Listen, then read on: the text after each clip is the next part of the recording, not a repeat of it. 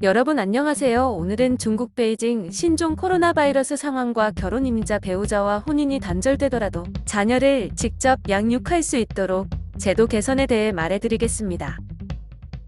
어제 오전 8시부터 중국 수도 베이징 차오양구 왕징의 한 아파트 어린이 놀이터에 천막이 설치됐고 27일까지 핵산 검사를 받으라고 아파트 거주위원회에 통지가 왔다고 합니다. 27일 중국 국가위생건강위원회는 지난 26일 하루 동안 중국 내에서 총 22건이 코로나 확진자가 발생했다고 밝혔고 그중 10건은 해외 유입 사례이고 본토 확진은 모두 12건이며 그 다음은 랴오닝에서 7건, 베이징에서 5건의 확진이 나왔다고 밝혔습니다. 이번 왕징 지역에 대한 핵산 검사는 국적에 관계없이 아파트나 거주 단위별로 전수조사 방식으로 이루어지고 있으며 한국인들도 약 10,000여 명이 검사 대상에 포함된 것으로 알려졌다고 합니다. 검사 방식은 타액 검체 PCR 검사와 취합 검사, 5명의 묵에서 채취한 검체를 섞어 동시에 검사하고 양성 그룹이 나오면 2차 개별 검사를 실시하고 검사 등록 방식은 스마트폰 QR코드 알리페이에 본인의 주소를 재입력하면 개별 QR코드가 뜨고 여권 등 신분증도 필요 없이 진행한다고 합니다.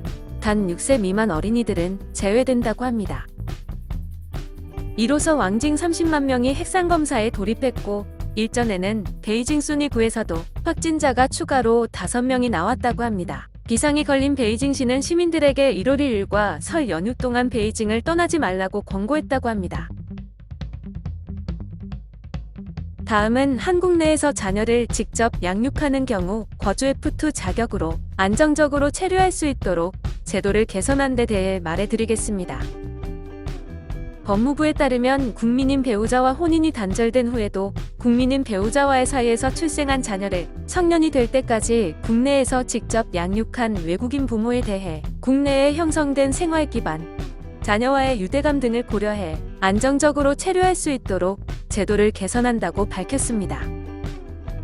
지금까지 결혼 이민자 F6 체류 자격은 취업에 별다른 제약이 없지만 방문 동거 F1 체류 자격은 그렇지 않아 자녀를 직접 양육해 부모의 역할을 다하고 있음에도 자녀가 성년이 됐다는 이유로 그 법적 지위가 불안정해지는 것은 바람직하지 않다는 지적이 있다고 합니다.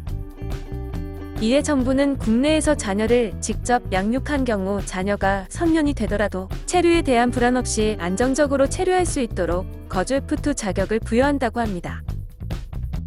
법무부는 결혼 이민자와 그 자녀와의 관계를 고려해 거주 F2 자격 부여 시 결혼 이민자의 국내 생활 기반, 자녀와의 유대감, 기본 소양 등의 충족 여부 등을 심사하며 자녀의 복리에 반하는 형식적인 양육을 하는지 등을 실태 조사를 통해 확인함으로써 제도가 남용되지 않도록 할 것이라 밝혔습니다.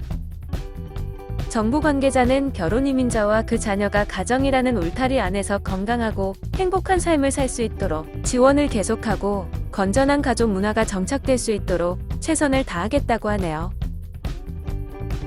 시청해주셔서 감사합니다. 건강을 챙기시면서 좋은 일요일이 되세요.